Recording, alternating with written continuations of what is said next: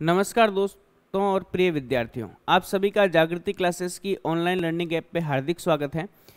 Last video में हमने कक्षा 10वीं की वास्तविक संख्याएं कंप्लीट करी थी और इन वास्तविक संख्याओं में हमने कुछ प्रश्नावलियों को भी पूरा किया था।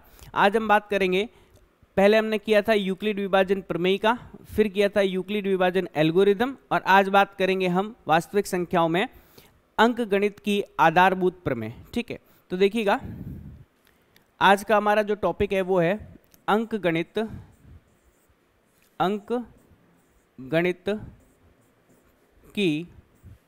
की आधारभूत प्रमेय। ठीक, अब ये अंकगणित की आधारभूत प्रमेय क्या होती है, देखिएगा। सबसे पहले हम इस प्रमेय का जो कथन है वो देख लेते हैं। ठीक है, कथन को हम देख लेते हैं। इसका कथन ये है कि किसी भाज्य संख्या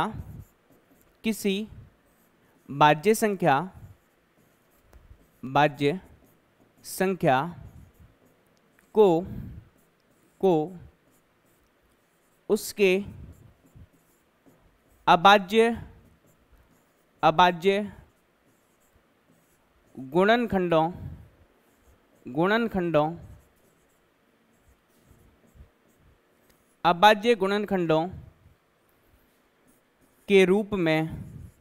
के रूप में व्यक्त किया जा सकता है तथा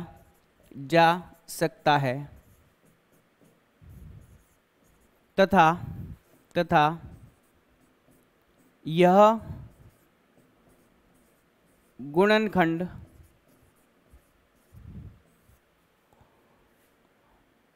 गुणनखंड क्रम का पालन न करते हुए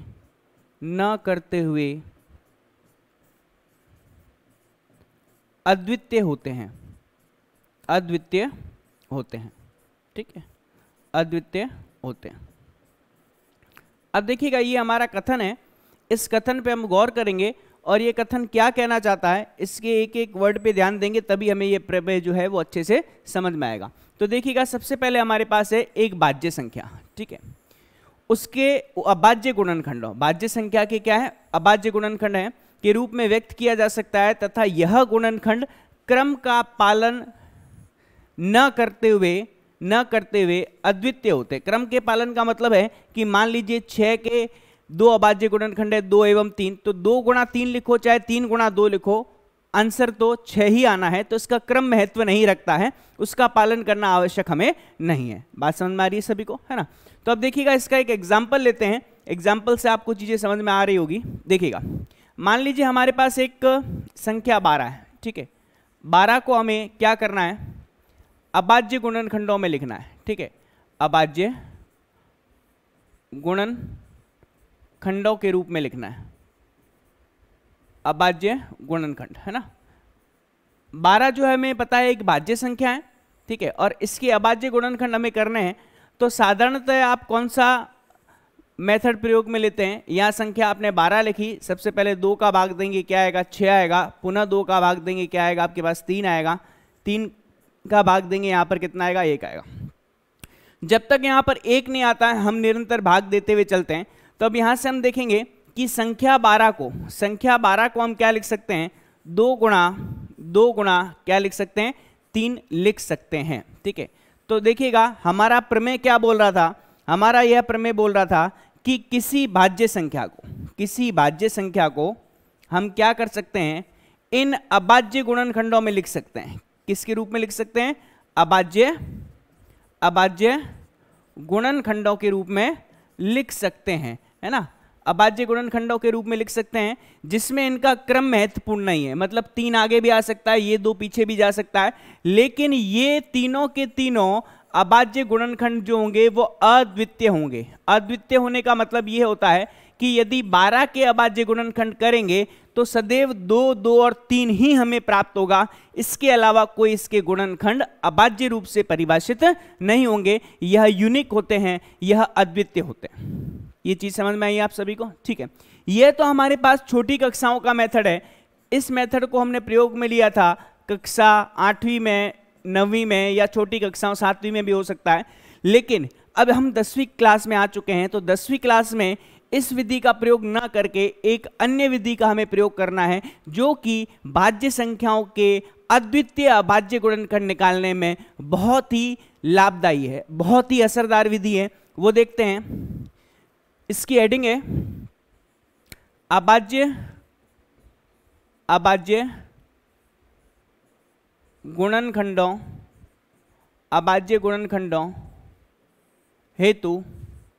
हेतु गुणनखंड वृक्ष।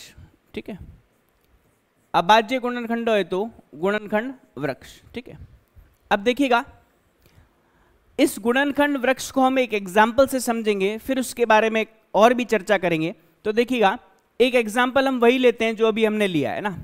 हमें क्या करना है, संख्या 12 जो कि यहां पर भाज्य संख्या है, इसका क्या बनाना है, अभाज्य गुणनखंड वृक्ष बनाना है। तो काम वही करना है। इसके 2 पार्ट करेंगे। 2 से भाग दिया तो हमें पता है यहां पर क्या प्राप्त होगा, 6 प्राप्त होगा। कहने का मतलब है 6 गुणा 2 कितना आ जाएगा, हमारे पास 12 आएगा। पुनः 6 के और गुणनखंड हो रहे हैं, यहां पुनः हम 2 से भाग देंगे तो यहां क्या बचेगा, यहां पर आपके पास 3 आएगा। बात समझ में? तो हम बोल सकते हैं कि संख्या 12, अब ध्यान दीजिए, संख्या 2 और संख्या 3 और आगे विभाजित नहीं हो सकती। तो हम बोल सकते हैं कि हमने इसे अभाज्य गुणनखंड विधि के रूप में, अभाज्य गुणनखंड वृक्ष के रूप में यहां पर निरूपित कर दिया है। तो इस तरीके से ये संख्या जो है 12, उसका अभाज्य गुणनखंड वृक्ष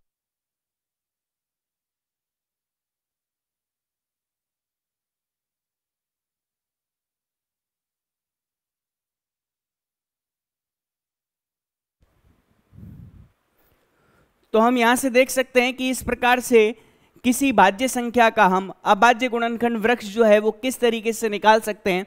अब देखिएगा, हमें क्या करना है, हमें लिखना है संख्या 12 बराबर ये सारे के सारे, देखिए ये सारे के सारे जो हैं संख्या 12 के क्या हैं, संख्या 12 के अभाज्य गुणनखंड है। मतलब 12 को हम क्या लिख सकते हैं, 2 गुणा 3 लिख सकते हैं। आपको फर्क समझ में आ रहा होगा, कक्षा 9वीं में आपने साधारण विधि का प्रयोग किया था, लेकिन कक्षा 10वीं में विशेष तौर पे आपके प्रश्न पत्र में लिखा हुआ आएगा कि दी गई संख्या का गुणनखंड वृक्ष बनाइए। तो गुणनखंड वृक्ष का स्वरूप जो होता है वो इस प्रकार से होता है, और इसी तरीके से हम संख्याओं का गुणनखंड वृक्ष बनाते हैं। और अंत में 12 को लिख सकते हैं 2 गुणा क्या लिख सकते हैं, 3 के बराबर लिख सकते हैं। ठीक है जी, ये बात आप सभी को क्लियर हो गई होगी, है ना। अब देखिएगा, नेक्स्ट में 1-2 एग्जाम्पल हम और लेते हैं। मान लीजिए हमें क्या करना है, संख्या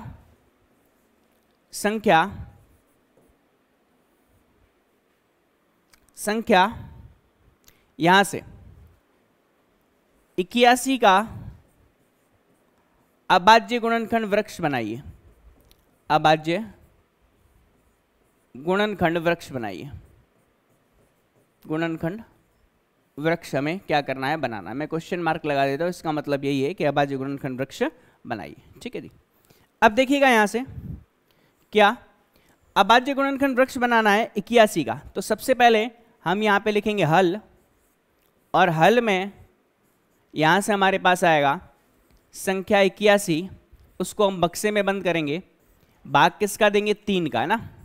3 का भाग देंगे, 3 का भाग देंगे तो हमारे पास कितनी बार जाएगा, हमें पता है कि यह 27 बार जाएगा, क्योंकि 27 गुणा 3 कितना होता है, 81 होता है। पुनः 27 के अभाज्य गुणनखंड वृक्ष के माध्यम से टुकड़े करेंगे, ये 3 आएगा, और यहाँ पे अपने को क्या प्राप्त होगा, 9। 9 के पुनः टुकड़े होंगे, यहाँ पर कितना आएगा, 3 आएगा, और यहाँ पर अपने को पुनः क्या प्राप्त होगा, 3 प्राप्त होगा। अब ध्यान दीजिए, क्या और इसका विभाजन संभव है क्या, नहीं।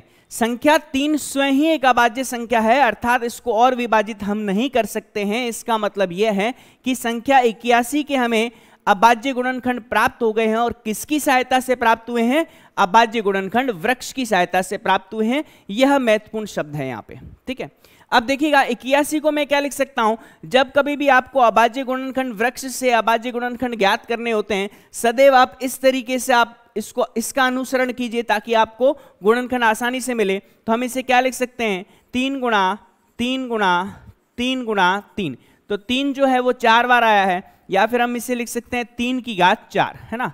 ये बात समझ में आ रही होगी, घातों के योग का नियम है ना, आधार समान होता है तो इनकी घातें क्या हो जाती हैं, जुड़ जाती है। तो आप देख सकते हैं यहाँ पर 3 की घात 1 1 1 और 1 है, तो ये सारे के सारे क्या होगी, घातें आपस में जुड़ जाएगी।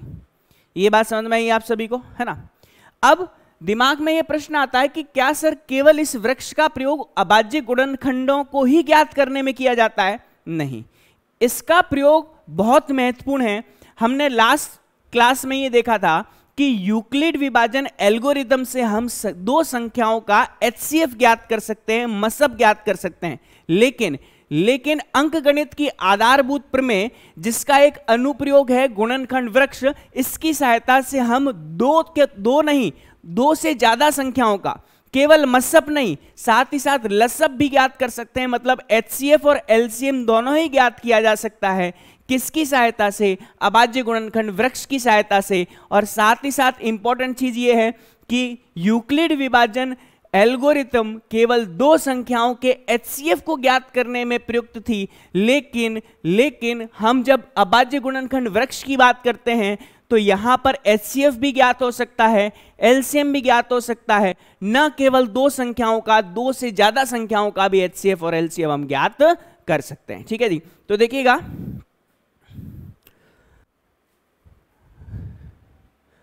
अंकगणित की आधारभूत प्रमेय, अंक गणित की आधारभूत प्रमेय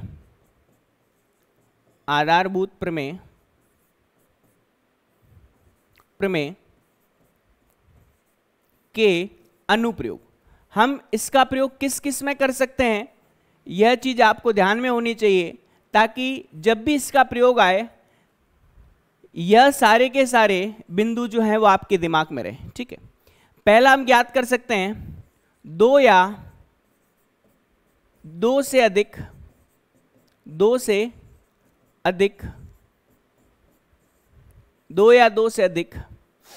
संख्याओं का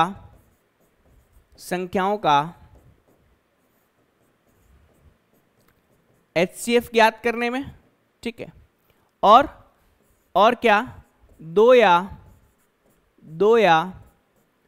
से अधिक संख्याओं का क्या ज्ञात करना है, एलसीएम ज्ञात करने के लिए ना। एचसीएफ और एलसीएम दोनों ही हम ज्ञात कर सकते हैं। कैसे ज्ञात कर सकते हैं अभी आपको एग्जाम्पल से मैं समझाऊंगा। देखिएगा, मान लीजिए हमें संख्या दे रखी है, एग्जाम्पल है ना, एग्जाम्पल के तौर पे मैं बोल देता हूं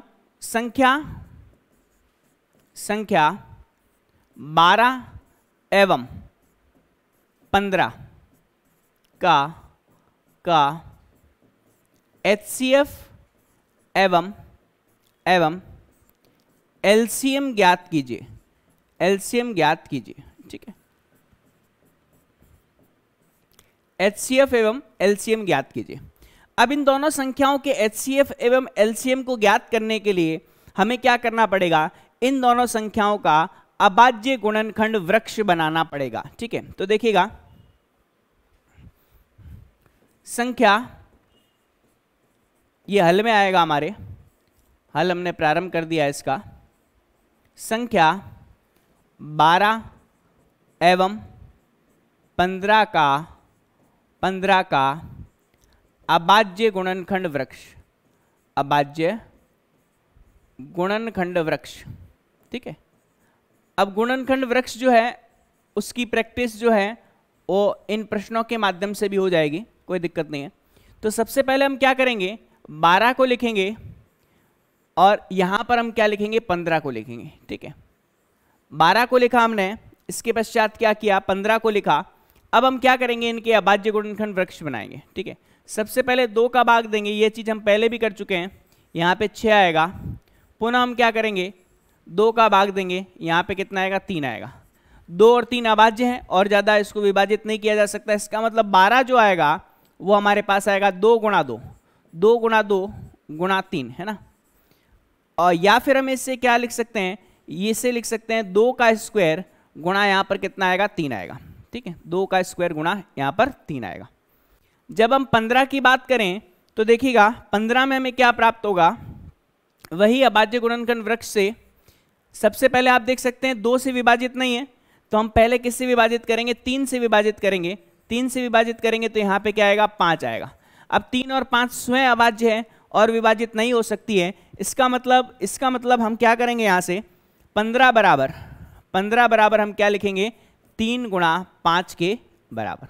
ठीक है जी, ये तो हो गए हमारे पास अभाज्य गुणनखंड। अब इन संख्याओं का HCF और LCM हमें कैसे ज्ञात करना है, यह सबसे महत्वपूर्ण है। ठीक है जी, तो सुनिएगा, बहुत इंपॉर्टेंट चीज है। ठीक है, देखिएगा कैसे हमें HCF और LCM ज्ञात करना है इन संख्याओं का, है ना। देखिएगा, अगर हमें दो संख्याओं का HCF और LCM ज्ञात करना है, ठीक है, तो उसके लिए क्या नियम होते हैं उसको समझिएगा। सबसे पहले चेक करो 12 में 2 है, क्या 15 में 2 दिखाई दे रहा है क्या? तो सबसे पहले मैं यहां पे लिख देता हूं HCF ऑफ 12,15। ठीक है, ध्यान देना ना, 12 के अभाज्य गुणनखंडों में 2 है, क्या 15 में 2 दिखाई दे रहा है क्या? जी नहीं, 15 में 2 हमें दिखाई नहीं दे रहा। तो सुनिएगा, HCF के केस में हम क्या करते हैं, जो भी हमें संख्याएं दे रखी है सबसे पहले उन संख्याओं के उभयनिष्ठ अभाज्य गुणनखंडों को लेते हैं। यहां पर उभयनिष्ठ अभाज्य गुणनखंड कौन से आए हैं, तो आप देख सकते हैं कि यहां पर भी 3 है, यहां पर भी 3 है, तो जो उभयनिष्ठ वाला है वही हमें लेना है, उभयनिष्ठ वाला है वही हमें लेना है। साथ ही साथ उस उभयनिष्ठ गुणनखंड की क्या लेनी है, न्यूनतम घात लेनी है। क्या लेनी है? न्यूनतम घात लेनी है। चेक कीजिए, यहां पर 3 की घात 1 है, यहां पर भी 3 की घात 1 है, तो न्यूनतम घात मतलब 3 की घात क्या आएगी, 1 आएगी। बात समझ में आ रही कि नहीं? मैं यहां से स्पष्ट तौर पे लिख देता हूं, HCF के केस में हमें क्या लेना होता है, दोनों संख्याओं के क्या लेने होते हैं, दोनों संख्याओं के उभयनिष्ठ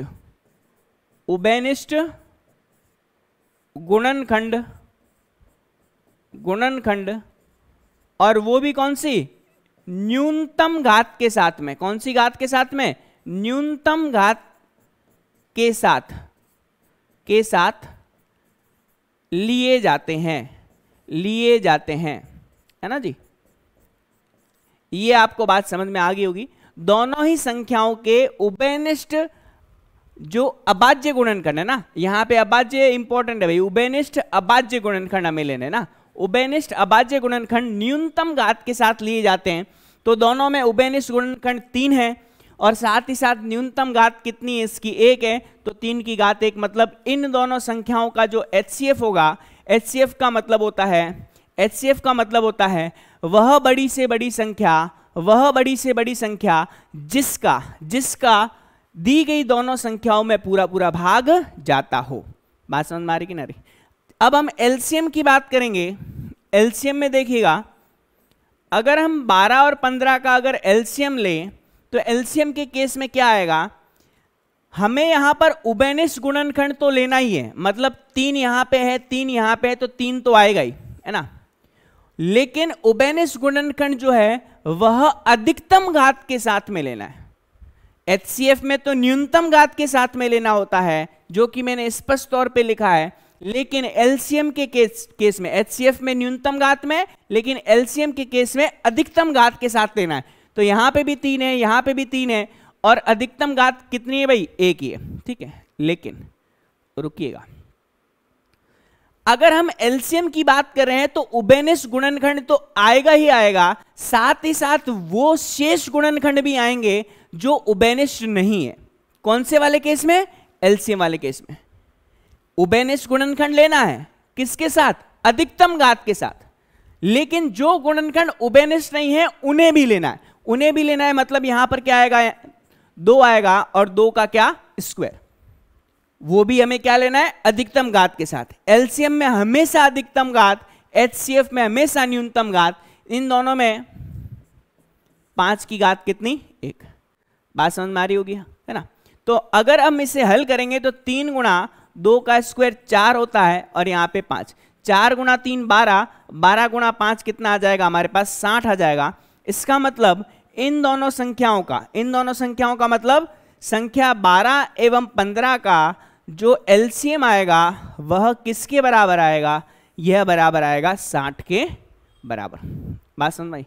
एलसीएम का मतलब वह छोटी से छोटी संख्या जिसमें, ध्यान दीजिएगा, वह छोटी से छोटी संख्या जिसमें दी गई दोनों संख्याओं का पूरा पूरा भाग जाता हो।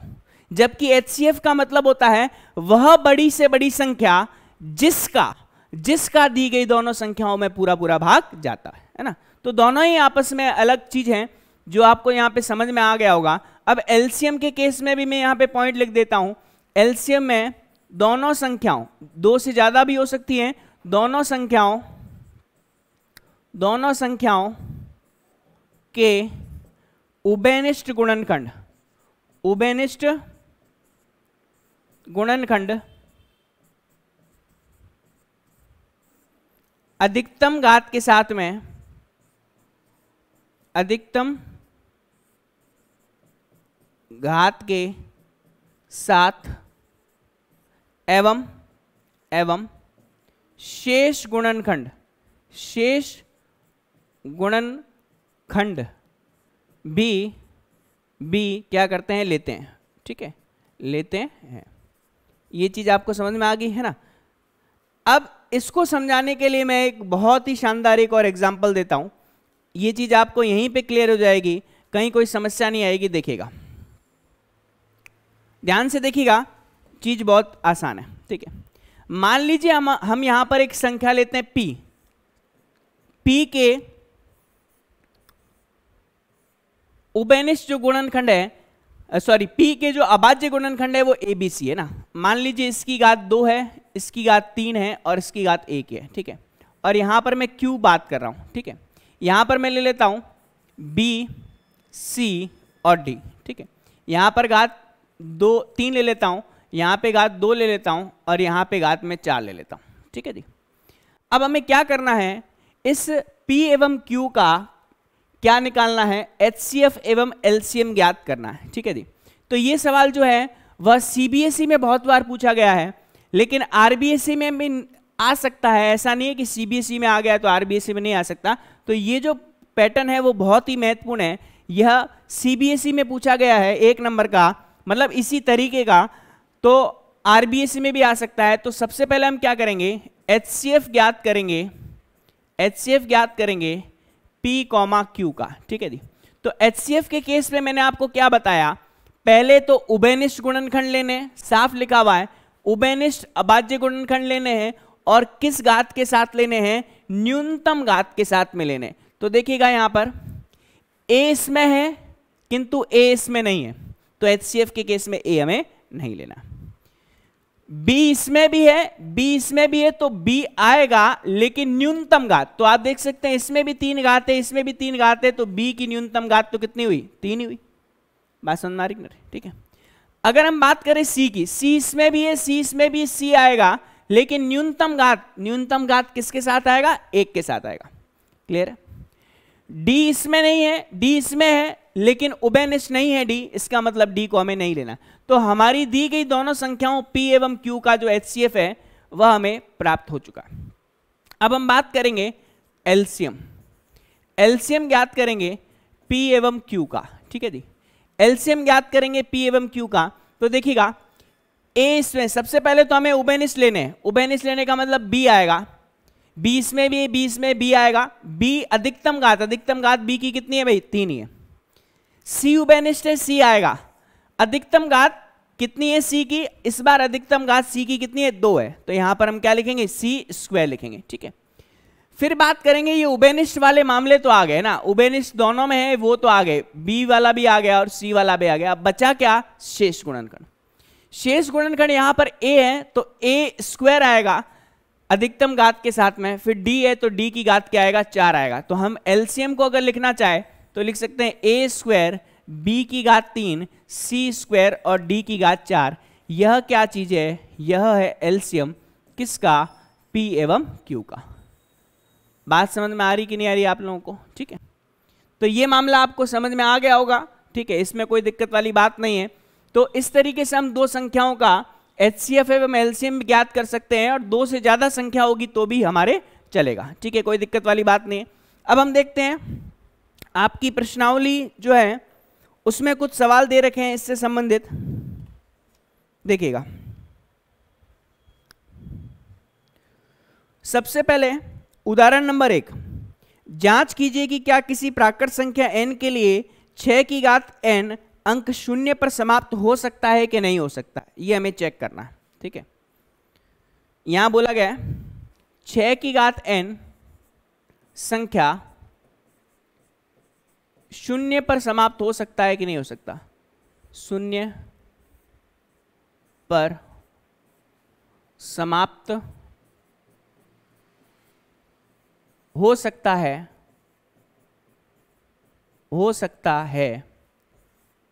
या नहीं, ठीक है, हो सकता है या नहीं, ये हमें ज्ञात करना है। जहां पर n जो है वह आपको प्राकृत संख्या बोला गया है, n belongs to natural number बोला गया है, ठीक है। अब इधर देखिएगा, किसी के दिमाग में आ रहा होगा, बोले सर यह तो एक प्रमेय का जैसा कुछ मामला दे रखा है, यूक्लिड विभाजन प्रमेयिका में हमने ऐसे सवाल किए थे, ठीक है। देखिए इस प्रश्न को हम अंकगणित की आधारभूत प्रमेय से भी बहुत अच्छे से समझ सकते हैं और हल भी कर सकते हैं। कैसे कर सकते हैं, ध्यान दीजिएगा। इसके हल में 6 की घात n में संख्या 6 के अभाज्य गुणनखंड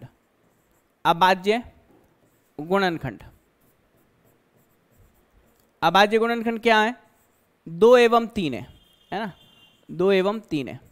इसका मतलब हम 6 की घात n को क्या लिख सकते हैं, 2 गुणा 3 की होल पावर कितना लिख सकते हैं, n लिख सकते हैं। ये बात समझ में आई है ना। या फिर 6 की घात n हमारे पास कितना आएगा, 2 की घात n गुणा 3 की घात n आएगा, ठीक है जी। अब आप खुद सोचिए, क्या 2 की घात n और 3 की घात n का गुणनफल कभी भी 0 अंक दे सकता है क्या? क्योंकि हम जानते हैं कि 0 अंक का मतलब ये होता है कि हमारे पास एक 10 बनना चाहिए, ठीक है। क्योंकि किसी संख्या को 10 से गुणा करोगे तो अंतिम अंक आपके पास क्या आ जाएगा, 0 के रूप में आ जाएगा। तो आप देख सकते हो, यदि 10 की बात करें तो एक 2 होना चाहिए, एक 5 होना चाहिए, तभी जाकर के क्या बनेगा, 10 बनेगा। बात समझ में आ रही कि नहीं? अगर यहाँ पे 100 है ना, तो 100 होने के लिए क्या होना चाहिए, 2 का स्क्वायर गुणा 5 का स्क्वायर, क्योंकि 2 का स्क्वायर 4, 5 का स्क्वायर 25, 25 गुणा 4 कितना हो जाएगा, 100 हो जाएगा। कहने का मतलब यह है कि जब भी अंत में 0 आएगा मतलब 10 का गुणज आएगा, अर्थात उसका एक गुणनखंड 2 होना चाहिए, एक गुणनखंड 5 होना चाहिए। तो आप देख सकते हैं यहां पर 2 तो दिखाई दे रहा है किंतु 5 दिखाई नहीं दे रहा है। तो हम बोल सकते हैं कि कभी भी 6 की घात n का जो प्रसार है, चाहे n का मान आप 1 रखो, 2 रखो, 3 रखो, कुछ भी रखो, हमें 0 प्राप्त नहीं होगा, ठीक है। तो हम यहां पे लिख सकते हैं, चूंकि क्या 6 की घात n के अभाज्य गुणनखंड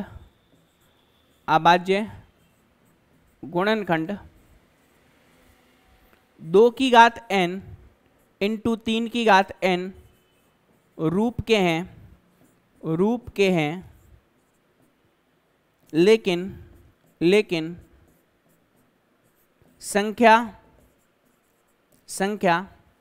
6 की घात n के 0 पर समाप्त होने हेतु 0 पर समाप्त होने हेतु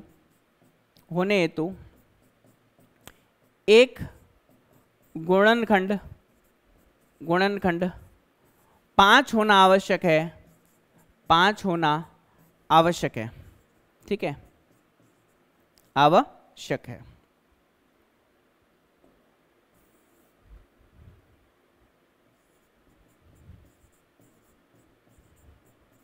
आवश्यक है। अतः 6 की घात n जो है वह 0 पर समाप्त नहीं होगी, 0 पर समाप्त नहीं होगी, है ना, समाप्त नहीं होगी। n belongs to natural number, कोई भी नेचुरल नंबर आप रख दो, यह कभी भी शून्य पर तो समाप्त नहीं होगी। यह इस प्रश्न का हल है। ठीक है, यह आपका एग्जाम्पल नंबर कौन सा है, पहला है 10वीं क्लास का राजस्थान बोर्ड का। नेक्स्ट हम देखते हैं उदाहरण नंबर 2। उदाहरण नंबर 2 में हमें क्या बोला गया है, कुछ संख्याएं दे रखी है और उन संख्याओं के हमें क्या करना है, अभाज्य गुणनखंड वृक्ष के रूप में उसको निरूपित करना है। ठीक है, तो देखिएगा, निम्नलिखित धनात्मक पूर्णांकों को अभाज्य गुणनखंड के रूप में क्या करना है, प्रयोग में लेना है, प्रयुक्त करना है। तो पहला है अपने पास क्या, 5005। ठीक है, संख्या 5005 को हमें क्या करना है, अभाज्य गुणनखंड के रूप में, अभाज्य गुणनखंड वृक्ष के साथ में निरूपित करना है। ठीक है जी, देखते हैं क्या हमारे पास प्राप्त होता है यहां से आंसर, देखते हैं। एग्जाम्पल नंबर 2, एग्जाम्पल नंबर 2, संख्या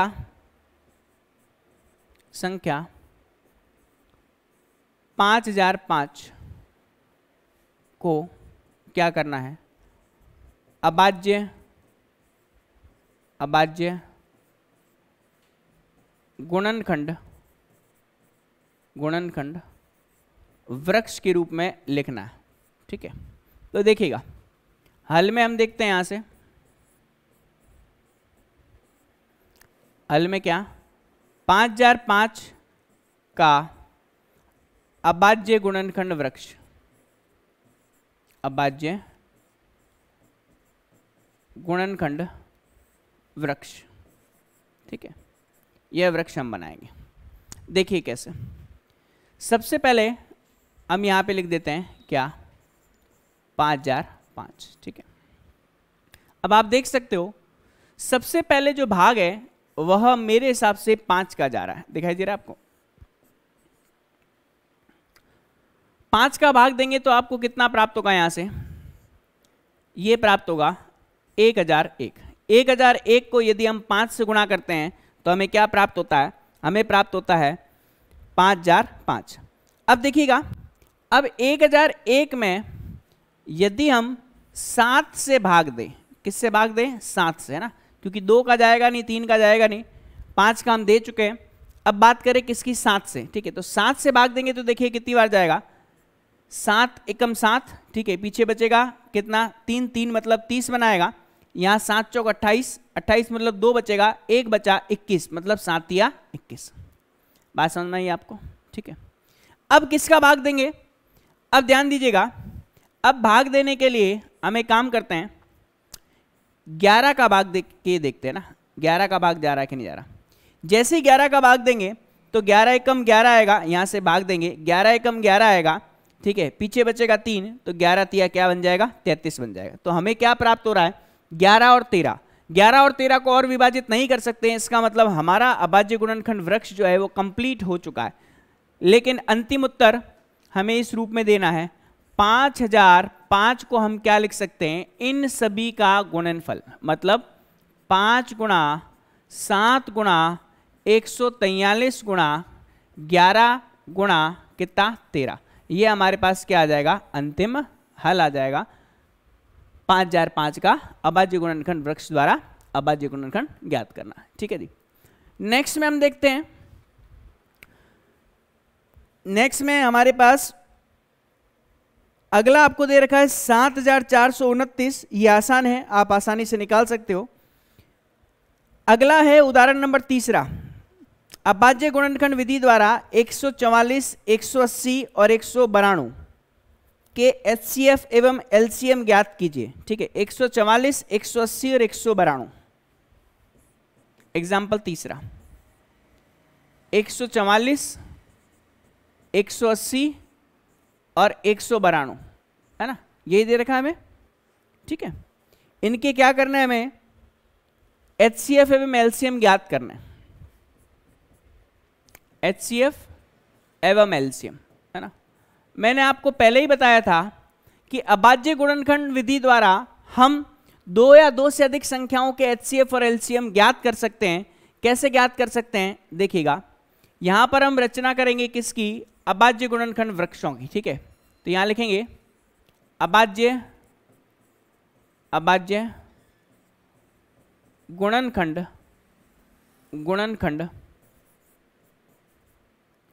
वृक्ष से, ठीक है।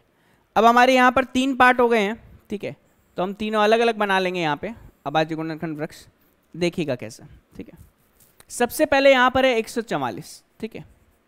144 के हम क्या करेंगे, 2 भाग करेंगे, ठीक है। 2 का भाग देंगे, ठीक है। 2 सते 14, 2 दूनी 4, पुनः 2 का भाग देंगे। यहां से क्या आएगा, 2 तिया 6, 2 छिंग 12, पुनः 2 का भाग देंगे। यहाँ पे कितना आएगा, 2 एकम 2, 2 अट्ठे 16, पुनः 2 का भाग देंगे, ठीक है। 2 का भाग देंगे तो यहाँ से अपने को क्या प्राप्त होगा, 2 नम 18। अब 3 का भाग देंगे तो यहाँ पर 3 आएगा और यहाँ पर भी कितना आएगा, 3 आएगा, ठीक है।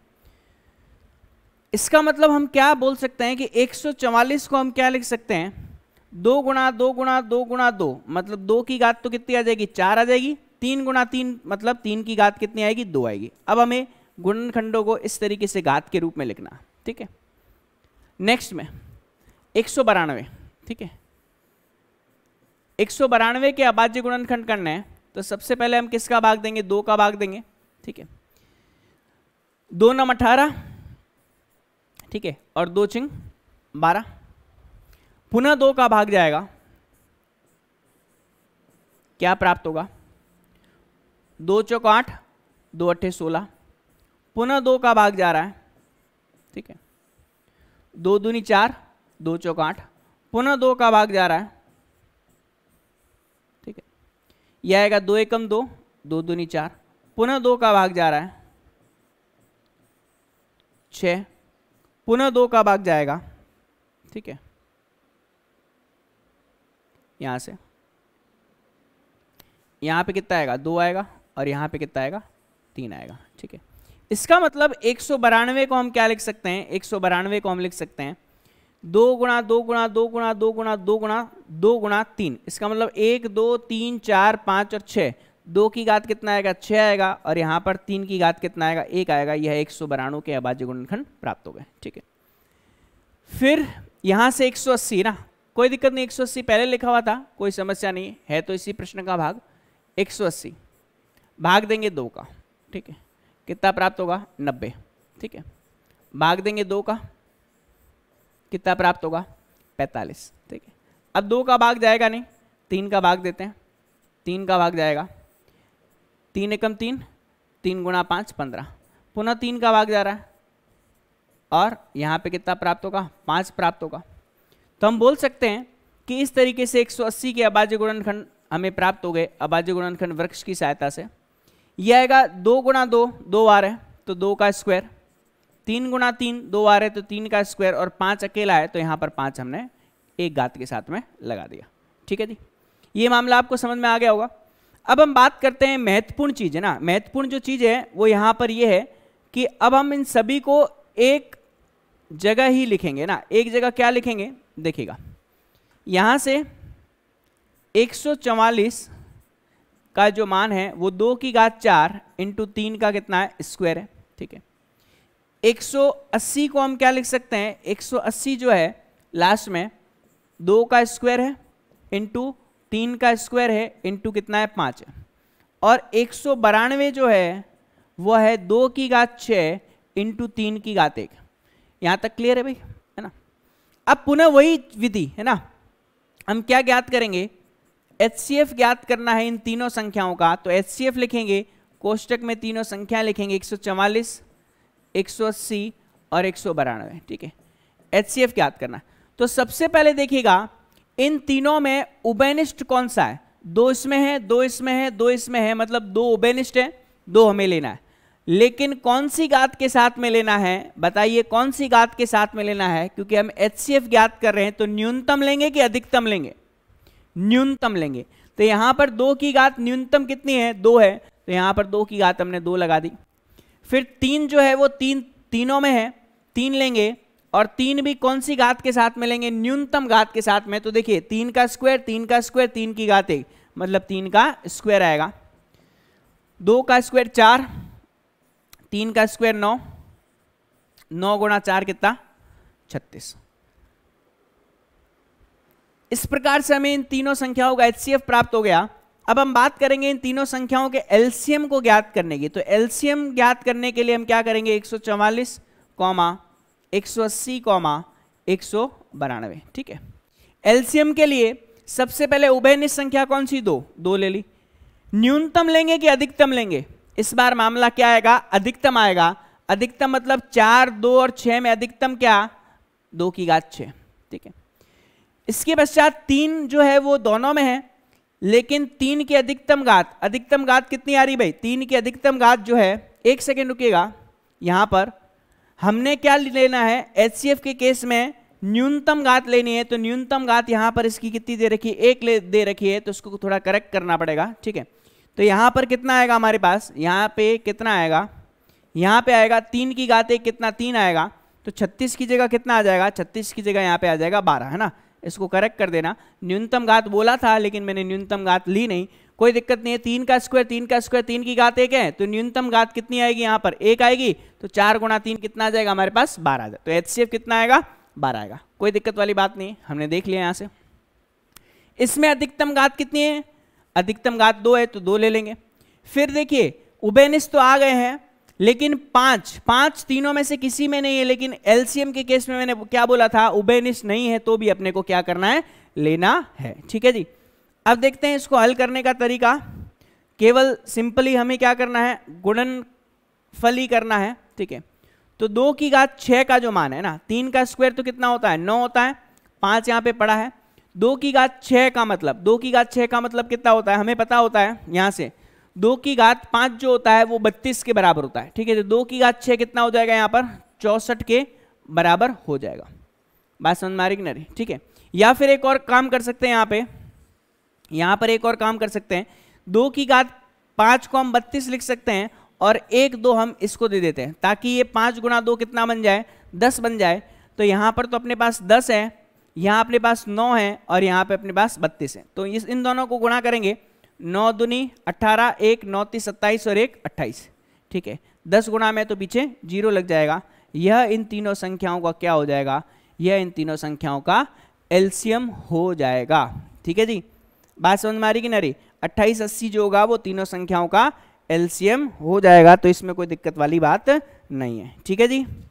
ये मामला आपको समझ में आ गया होगा। ठीक है। नेक्स्ट क्लास में हम क्या करेंगे, नेक्स्ट क्लास में हम प्रश्नावली 2.2 प्रारंभ करेंगे और 2.2 प्रारंभ करने के साथ ही साथ हम उसके प्रश्नों को भी हल करेंगे। ठीक है। आप ज़्यादा से ज़्यादा इस वीडियो को अपने विद्यार्थियों को, अपने रिश्तेदारों को शेयर कीजिए। ठीक है। और जागृति क्लासेस लर्निंग ऐप के द्वारा अब घर बैठे ही आप क्या कर सकते हैं, संपूर्ण जितने भी आपके पास 8वीं से लगा करके 12वीं तक के, चाहे वो साइंस हो, ठीक है, चाहे वो 9, 10, 11, 12 के कोई भी आपके पास सब्जेक्ट हो, साइंस में, इंग्लिश में, वो सारे आप घर पे बैठ के कर सकते हैं। तो आज के लिए इतना बहुत है। धन्यवाद।